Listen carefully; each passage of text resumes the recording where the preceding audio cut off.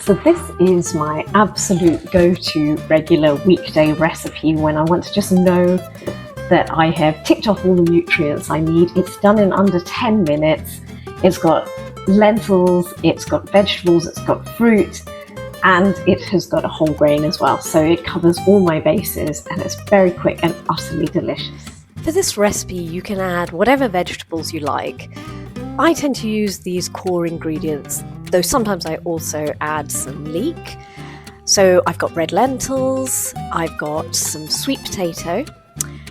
Sweet potatoes have a lower glycemic index than regular potatoes. This means they release their sugars more slowly into your bloodstream. They're also high in vitamin A and fibre. I have mushrooms, I have some broccoli, and a carrot. Rinse the lentils until the water runs clear, then add it to the pan. I'm going to use roughly a handful of sweet potato.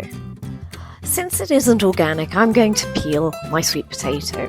Research suggests that a lot of the antioxidants, vitamins and minerals in fruit and vegetables are concentrated around the skin, so I keep this if at all possible. As a rule of thumb, if my veg is organic, I just wash it and use it without peeling.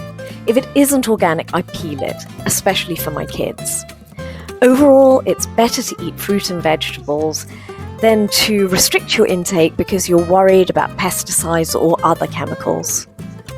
I've got about 100 grams of lentils here, and I've added about a litre of water to the pan. I'm going to put that on a medium heat now and add a stock cube. This is a vegetable stock cube. Now be careful with stock cubes and their salt content. If you need to be on a low salt diet, like if you have high blood pressure, you can use either a low salt stock cube or you don't need to use a stock cube at all. You can just season. So dice your vegetables and add them to the pan. I would start with the hardest vegetables first. So these are the sweet potato and the carrot.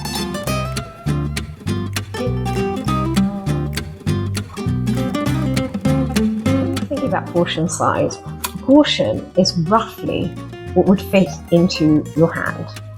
So if you think of vegetables, that's roughly something the size of a fist, with whole grains, roughly the size of a fist. If you're thinking of green leafy vegetables, it's what will fit into your cupped hands. And this is the same for children as well.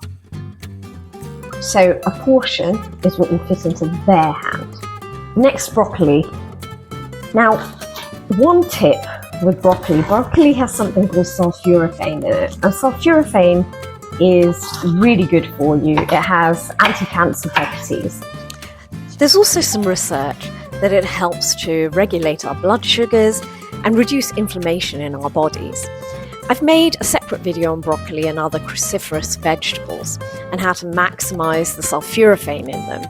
So when you get a moment, have a look at that. And finally, some mushrooms. Now, mushrooms aren't really vegetables. They're their own thing, really. They're a fungus. And genetically, they're more similar to animals than to plants. They provide a lot of that umami satisfaction in a dish. So I always like having mushrooms where possible added to things, and it gives you that fullness and satisfaction feeling.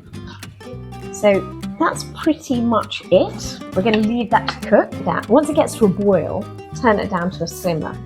And you can put the lid on and that'll make it cook faster, but you have to keep maybe every couple of minutes, take the lid off, give it a stir, or it'll boil over.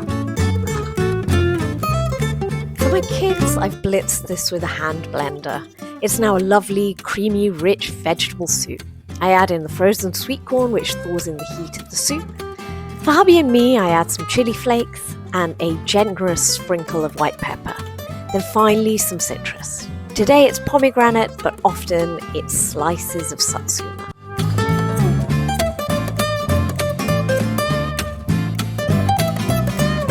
This soup is a celebration of contrasts. The creaminess of the vegetables, the heat of the spices, the cool tanginess of the citrus. I hope you enjoy it as much as my family does.